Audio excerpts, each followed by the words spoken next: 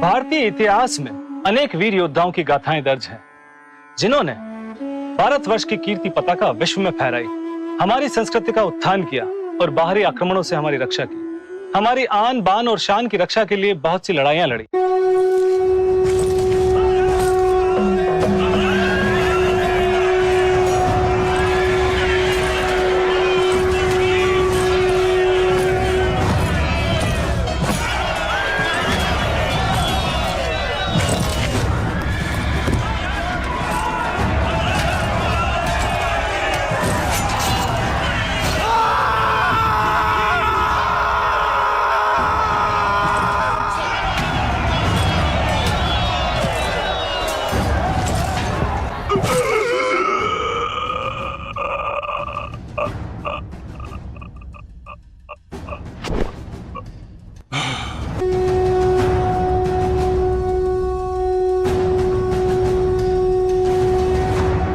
इन लड़ाइयों में लोकनायक, आमजन तथा विशेषकर जनजातियों का महत्वपूर्ण योगदान रहा है। पिदा किन सन मान निषादु, चले हृदय बड़ बिरह विषाद, कोल किरात भिल्ल बनचारी, फेरे फिरे जोहरी जोहरी। रामचरितमानस की इस चौपाई से इस बात के स्पष्ट प्रमाण मिलते हैं कि सतयुग में राजा श्री राम का जनजातियों के साथ कितना गहरा संबंध था। राम रावण युद्ध में अनेकों जनजातीय योद्धाओं ने राजा श्री राम का साथ दिया।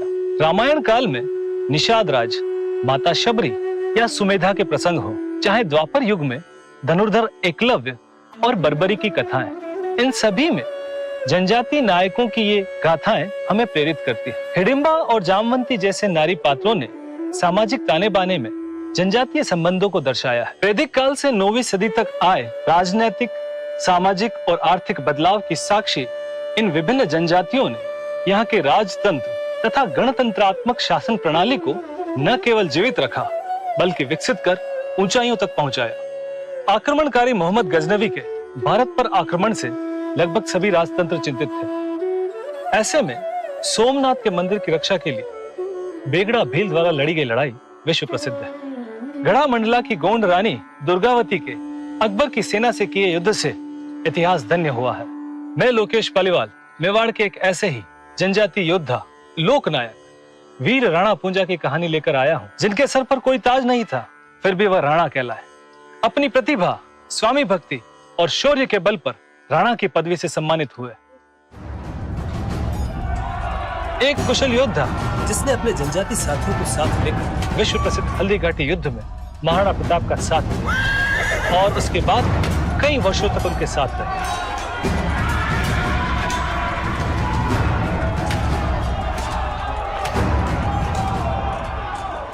वे नायक जिन्होंने इस देश की सेवा की है, इतिहास की सेवा की है और निर्लिप्त भाव से इस भारतीय संस्कृति की सेवा की है, वे हमेशा ही आम जन के इतिहास के रूप में लोगों की जुबान पर जीवित रहे हैं, जिंदा रहे हैं, किंवदंतियों के रूप में जिंदा रहे हैं, कहानियों के रूप में जिंदा रहे। मेरा ये मानना है कि हर समाज में हर समय अच्छे लोग पैदा हुए हैं, कई योद्धा हैं, कोई संत हैं, कोई महापुरुष हैं, हर समाज में पैदा होते हैं। भील समाज भी इसमें अछूता नहीं है। राणा पूजा अगर नहीं होते तो शायद मेवाड़ का इतिहास ही कुछ और होता। मेवाड़ वीर राणा पूंजा भील का जन्म मेवाड़ की दुर्गम पहाड़ी श्रृंखला अरावली के बोमट क्षेत्र में मीरपुर गांव में 5 अक्टूबर को हुआ। इनके पिता दुदा होलंकी इस जनजाति बहुल गांव के मुखिया थे और माता का नाम केहरीबाई। ऐसा कहा जाता है कि वर्तमान माउंट आबू के गुरु शिखर पर्वत पर गुरु वशिष्ठ द्वारा किए गए यज्ञ की अग्निकुंड से 4 अग्निकुल क्षत्रिय वंशों का उद्भव हुआ, प्रतिहार, परमार, चौहान तथा सोलंकी। और इन्हीं सोलंकी अथवा होलकी कुल से है राणा पूंजा। क्योंकि 2 बिल्कुल स्पष्ट मत अभी सामने आते हैं। एक मत से जो उनके परिवार से जुड़े हुए लोग बाग हैं, वो अपने आप को राजपूत कहना ज्यादा पसंद करते हैं और वो कहते हैं कि हम सोलंकी राजपूत थे।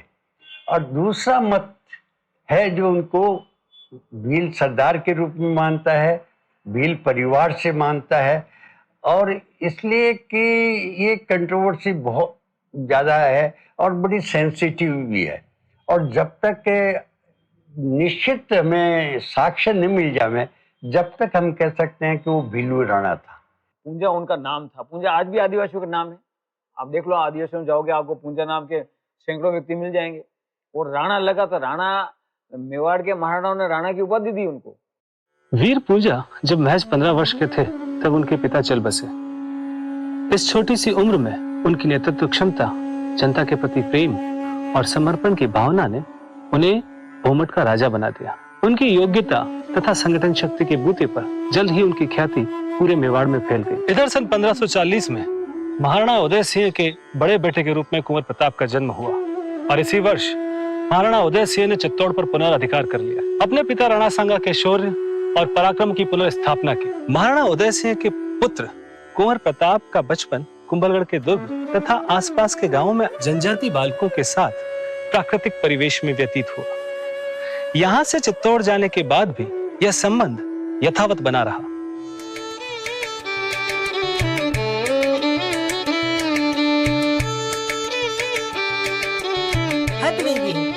बार तक नहीं आया। भोमटरा मगरा माए माराओ को छुप सके है कई, क्यों व्यर्थ कोशिश करे हो की का? मैं आपने देख ली दो है, बांधने पधार जाओ। यह बात तो थे हाची की दी मित्र, या कला तो थाने माने भी हिकानी पड़ेगा। हुक्म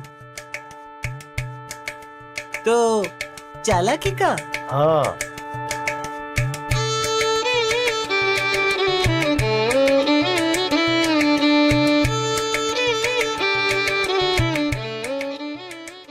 मुगलों के मेवाड़, मालवा तथा गुजरात के अभियानों के कठिन दौर में महाराणा अपने परिवार को लेकर भोमट के पहाड़ी क्षेत्र में रहे। इस दौरान जनजातियों के साथ गहन संबंध स्थापित हुए और मेवाड़ी संस्कृति का निर्माण हुआ, जिसमें जनजातियां एक अहम हिस्सा बनकर उभरी।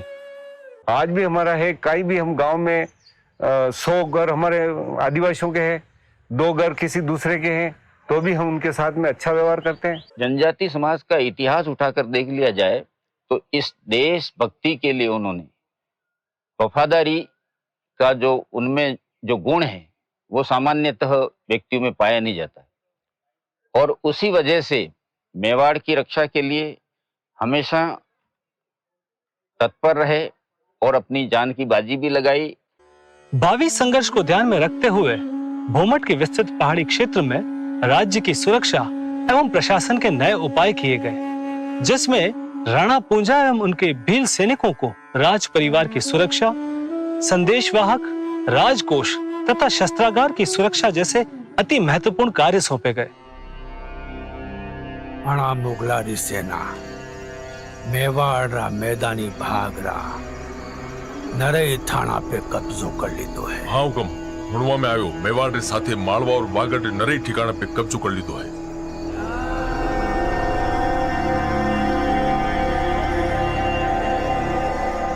कुंवर प्रताप जटा सूती भोमटरा ऊंचा ऊंचा मगरा ये रूखड़ा और पूंजा जी जैसा सेवक है, बटा सूदी आस है। हुकम, जतरे ये मुगल सैनिक मालवा और वागड़ाड़ी व्यस्त है, बतरे आपने भी अपनी तैयारियां कर लेनी चाहिए। घणो अच्छो विचार है, आप रो कई कहनो है पूंजा जी। हुकम, मां तो आपरे फरमान की बात ना लिया तो ठीक है। भोमटरा हंगला भीला ने इकट्ठा कर छोटी छोटी टुकड़ा में तैयारी करवाओ। हुकम। और हंगला भाया ने इकट्ठा कर तैयारी कराओ कि नामे खलचल वे तो अपना सुधी समाचार पहुंचे। और आप भी एक सैनिक टुकड़े तैयार करो और राज परिवारी जनानियां और बालकारी रक्षा करोगा, और साथ ही राजकोष और शस्त्रागार और जिमो भी आप रोवेगा। हुकम। मेवाड़ में जनजातियों की उपस्थिति ने यहाँ की युद्ध नीति में बड़े बदलाव किए। छापेमार युद्ध प्रणाली लोक अथवा जैन सहभागिता के बिना संभव नहीं थी। ऐसे में जैन सहभागिता द्वारा छापेमार युद्ध प्रणाली में कुशल भील सेना तैयार की गई। सन 1572 में घोगुंदा में महाराणा प्रताप के राजतिलक के दौरान राणा पुंजा अपने सैकड़ों साथियों के साथ शरीक हुए और आगे के वर्षों में जनजातियों की छापेमार युद्ध प्रणाली की विस्तृत रूपरेखा बनाई गई। कि उस टाइम न तो बंदूक थी और न कोई बारूद था हमारे पास, जंगल में रहते, हमको बारूद कौन मतलब लाता था। हमारे पास में कुराड़ी रहती, दांतली रहती और छुराई रहती, उससे हम धनुष बनाते रहते और उससे काम करा देते। जहाँ भी हमारा धनुष खत्म रहते, बांस काटे उसका धनुष बना देते, हाथों हाथ तीर बना देते। और तीर के हमारे को कोई साधन नहीं मिलता है, ये मक्की के डूंडे रखते थे, तो एक मक्की के डूंडे आगे टीके को खेर की लकड़ी को रखते, उसके पौधे थे, वो भाला बन जाता और पीछे उसके अंदर, लेकिन हमको कोई रस्सी की जरूरत नहीं थी, उसके अंदर वो फंस जाता। एक बार तो आदमी को लगते ही वो खत्म हो जाता। मेवाड़ की जिम्मेदारी संभालने के लगभग 3 वर्षों तक महाराणा प्रताप मुगल बादशाह अकबर के साथ कूटनीति द्वारा संभावित लड़ाई को टालते रहे और इसी दौरान उन्होंने पहाड़ों में रक्षात्मक युद्ध की तैयारी पूरी कर ली और आखिरकार जून 1576 में सेनापति मान सिंह ने मुगल सेना लेकर मेवाड़ पर चढ़ाई कर दी। महाराणा प्रताप ने अकबर की सेना पर आक्रमण करने की रूपरेखा बनाई और तय किया कि वह स्वयं चेटक घोड़े पर सवार होकर राजपूत राजाओं, अस्त्र शस्त्र में प्रवीण घुड़सवारों तथा पैदल सैनिकों के साथ हल्दी घाटी से बाहर निकलकर खमनोर के मैदानी भाग में मुकाबला करेंगे। राणा पुंजा और उनके सैकड़ों जनजातीय योद्धा जो छापेमार युद्ध प्रणाली में निपुण थे, वो दाईं ओर का मोर्चा संभालेंगे। इनके हथियार देखिए, मैंने तो हथियार देखे थे, जहरीले। अरे वो हथियार बड़ा है छोटा ये बात जाने दीजिए, तलवार भी यही बनाते थे, ये ऐसी जहरीली तलवार बनाते थे जो आपके जरा सी अगर इंजेक्शन जैसी भी छुप जाए खत्म। जो उनके पास नहीं थी, उनके पास सेना अधिक थी, किराए की। ये सेना किराए की नहीं थी, जन्मजात जन्मभूमि की थी। इनको प्रणाम करना चाहिए सबको। अगर राणा पुंजा यहाँ नहीं होते तो या तो इसका रिजल्ट उल्टा हो जाता ना। आज जो रिजल्ट पर देख रहे राणा प्रताप विजयी रहे या जो भी कहते हैं भाई बिना हार जीत जो भी कहते हैं लोग, तो वो रिजल्ट कहाँ आता है? राणा पुंजा हटा दो आप, खत्म, हल्दी घाटी युद्ध का मतलब ही नहीं, 0-0 रिजल्ट हो जाता। 18 जून 1576 जब महाराणा प्रताप अपने सैनिकों के साथ खमनोर के मैदान में मुगलिया सेना से लोहा लेते हुए उन्हें खदेड़ रहे थे, तब राणा पुंजा, पुरोहित गोपीनाथ, पुरोहित जगन्नाथ तथा सैकड़ों भील योद्धा मेवाड़ के पहाड़ी क्षेत्र की सुरक्षा में डटे हुए थे। बोलो एकलिंग नाथ की जय।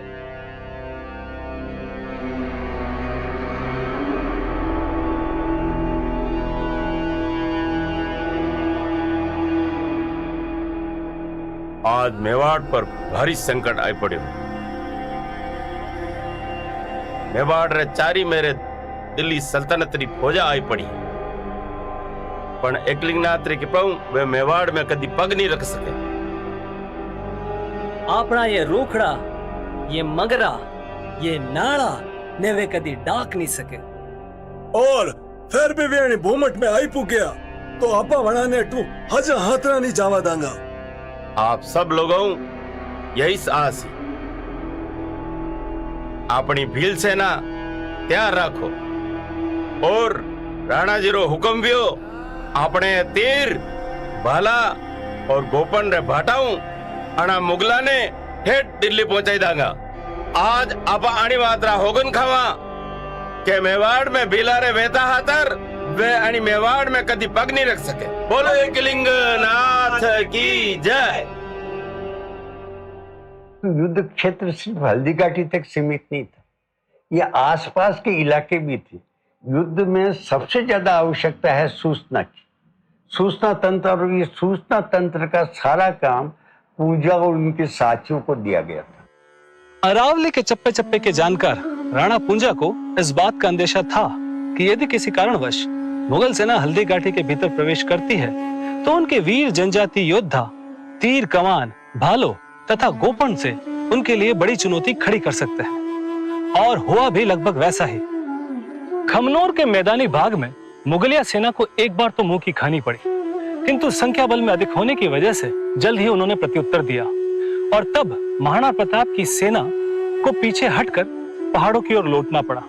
और ठीक उसी समय वीर राणा पुंजा और उनके भील सैनिक आसपास के क्षेत्रों से निकलकर हल्दी घाटी के पहाड़ों में भीतरी भागों में घुस गए और घात लगाकर बैठ गए। 18 जून की दोपहर को झुलसा देने वाली धूप और वीर राणा पुंजा के वीर योद्धाओं के भय से मुगल सेना ने प्रताप का पीछा करना उचित नहीं समझा। ऐसे में यदि मुगल सेना राणा प्रताप की सेना के पीछे आती तो निश्चित रूप से उन्हें भील सेना के द्वारा भारी नुकसान उठाना पड़ता।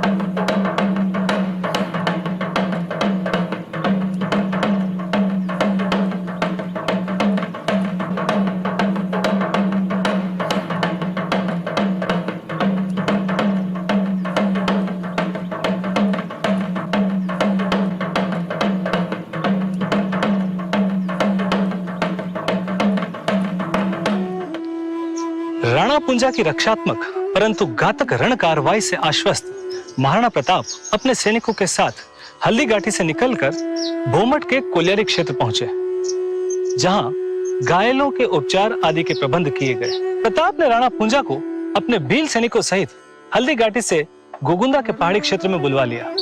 साथ ही गोगुंदा पर मुगल सेना के संभावित आक्रमण को देखते हुए उसे पूरी तरह खाली करवा दिया। आपनी तैयारी पूरी करनी है। हुक्म। यो ध्यान आपने पूरो रखनो है।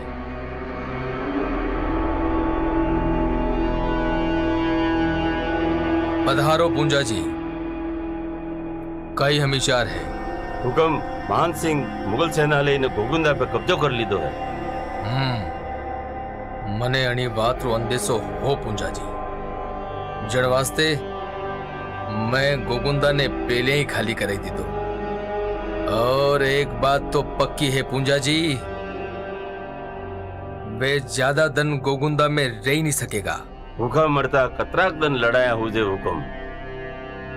गोगुंदा जावा वाला सब गेला पे अपना मनक बैठे दीदा है और एक भी बालक गोगुंदे नहीं बुक सके। पूंजा जी, आपने भीला ने तैयार कर दो कि जो कोई वणजारा बाड़द लेन गोगुंदा रे गेड़ा में नजर आवे आपने धावो बोल देनो है। जब मुगल सेना ने गोगुंदा की तरफ बढ़ने की कोशिश की तो वहां प्रताप ने ये प्रबंध किया कि बंजारों के कारवां को आदिवासियों द्वारा बाहर ही रोक दिया जावे। और ये प्रसंग गवरी में जो ये प्रसंग आया है, ये शायद उस घटना से ही प्रेरित लगता है। अगले दिन यानी 19 जून को जब मान सिंह हल्दी घाटी होते हुए गोगुंदा पहुंचे तो राणा पुंजा की भील सेना ने मुगल सेना की चारों ओर से घेराबंदी कर ली और गोगुंदा जाने वाले सभी पहाड़ी रास्ते बंद कर दिए। राणा पुंजा के आदेश पर बंजारों के काफिलों को रोककर मुगल सेना की रसद आपूर्ति बंद कर दी गई और गोगुंदा से बाहर निकलने वाले सभी मुगल सैनिक मारे जाने लगे।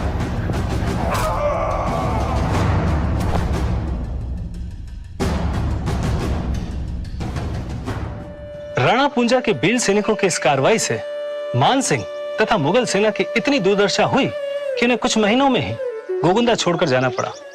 गोगुंदा में तो जाकर के ये कहते हैं कि उनको खाने की कोई सामग्री नहीं मिली और अपने ही या तो वहां पर आम बहुत होता था वो खाया या अपने ही जानवरों को खा करके किया। कि ये केवल राजस्थानी सोर्सेज ही नहीं कह रहे हैं, ये मुगल सोर्सेज भी कह रहे हैं कि जब मुगलों के लिए ये बनाया जा रहा था कि कौन सैनिक मारा गया है तो एक मुगल सेना ने कहता है कि यार मारे गए जिसको नहीं, जिंदा रहने के लिए तो खाना ही नहीं है, उनके लिए कुछ इंतजाम करो। ये जितना जिंदा है वो सब मारे जाएंगे और कैसे न कैसे उनको खाद्य सामग्री का पहुंचाना जरूरी है। तो उन्हें ये कहा भाई कि खाद्य सामग्री पहुंचाना, जब तक प्रताप की ये भील सेनाएं हैं पूंजा के नेतृत्व में ये लड़ रही है, जब तक कोई खाद्य सामग्री का आने का नहीं है और सबसे अच्छा यहाँ से चल दो। भीलों के इस कार्रवाई से मुगलों के जाने के बाद महाराणा प्रताप ने गोगुंदा पर पुनः अधिकार कर लिया और अपनी रक्षा के लिए भील सैनिकों की टुकड़ियां तैनात कर दी। हल्दी घाटी के इस भीषण युद्ध के बाद भी अकबर लगातार छोटी बड़ी सेनाएं भेजकर मेवाड़ पर आक्रमण करता रहा, किंतु जनजातीय योद्धाओं की छापेमार युद्ध प्रणाली के आगे उसके मंसूबे कभी कामयाब नहीं हो पाए।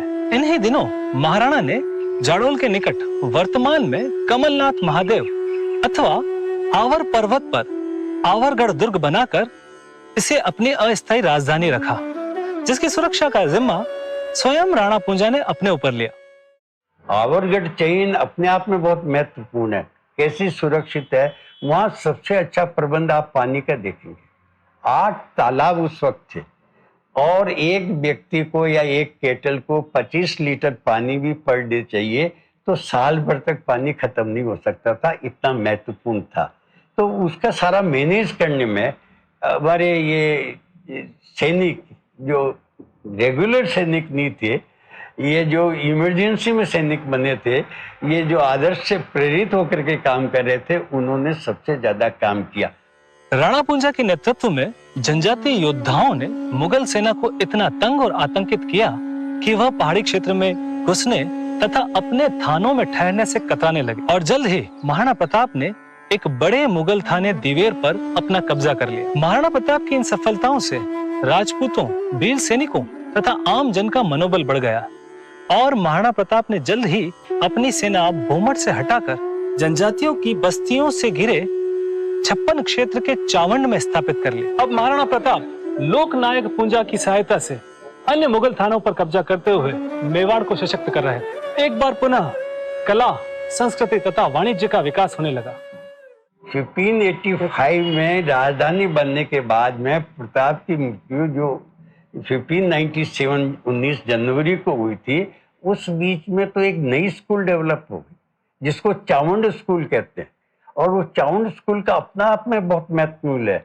रागमाला सेट की किस्म से वहाँ पर बनाई गई थी और चावंड में केवल इतना ही नहीं, खेती की उन्नति कैसे हो, कैसे समृद्धि बढ़े, उसके लिए ग्रंथ रचाए गए। ये पहला मौका होगा कि किसी शासक ने अपनी प्रशंसा में न लेकर के आम जनता की समृद्धि में वृद्धि हो, उसका प्रयास किया। एक किताब है विश्व वल्लभ चक्रपाणी की लिखी हुई है, उसमें खेती कैसे की जाए। पहाड़ी खेती पहली बार वरा मीर के लिए कहते हैं कि उसने सबसे पहले खेती पर ग्रंथ लिखे थे। 700 साल बाद में उसके बाद में कि किसी ने लिखने का काम किया खेती पर, तो चक्रपाणी ने प्रताप के आदेश से किया। और वो भी वरा मीर ने तो पहाड़ी खेती पर काम नहीं किया, इन्होंने पहाड़ी खेती पे किया कि कौन सी चट्टानों में पानी निकल सकता है, कपास कहाँ पर है, किस ढंग से कौन से बीज क्या होंगे, तो ये सारा के कैसे एक समृद्धि बने मेवाड़ की, वो भी रचनाएं यहाँ पर ही की गई थी क्योंकि शांति काल था। महाराणा प्रताप की इस प्रगति से निसंदेह मुगलिया प्रशासन और सेना की परेशानियां बढ़ गई। प्रताप को जीवित अथवा मृत पकड़ने का अकबर का सपना कभी साकार न हो सका और अंततः 1585 ईस्वी के बाद मुगल बादशाह अकबर कभी मेवाड़ आने का साहस न कर सका। सन 1597 महाराणा प्रताप की मृत्यु के बाद भी राणा पूंजा अपनी मातृभूमि की स्वतंत्रता एवं स्वाधीनता की रक्षा के लिए सदैव तत्पर रहे। उनके उच्च जीवन आदर्श आमजन तथा जनजातीय लोगों के मानस पटल पर छप चुके थे। राणा पूंजा की वीरता, कर्तव्य परायणता तथा मातृभूमि के प्रति निष्ठा एवं समर्पण के भाव आने वाली पीढ़ी के लिए प्रेरणा स्रोत बन चुका था। राणा पूंजा के बाद भी अनेकों लोक नायकों ने अपनी मातृभूमि की रक्षा के लिए कई लड़ाइयां लड़ी। अपने नागरिकों की रक्षा करने वाले, अपनी भाषा संस्कृति की रक्षा करने वाले ये लोग आम जन में से ही है। मेवाड़ वीर राणा पूंजा की यह गाथा न केवल हमें मेवाड़ के गौरवमय इतिहास में जनजातियों के योगदान का परिचय कराती है, बल्कि उनकी नेतृत्व क्षमता का बोध कराकर सामाजिक समरसता, समग्रता, धर्म तथा संस्कृति की रक्षा के लिए सदैव प्रेरित करती रहेगी।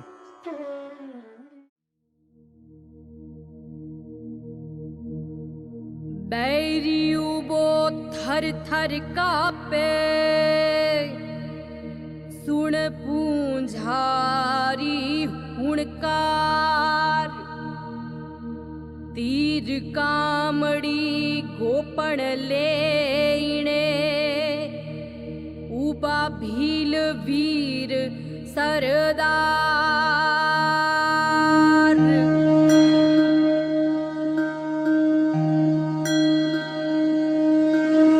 रण थारी आने रे माँ बांधी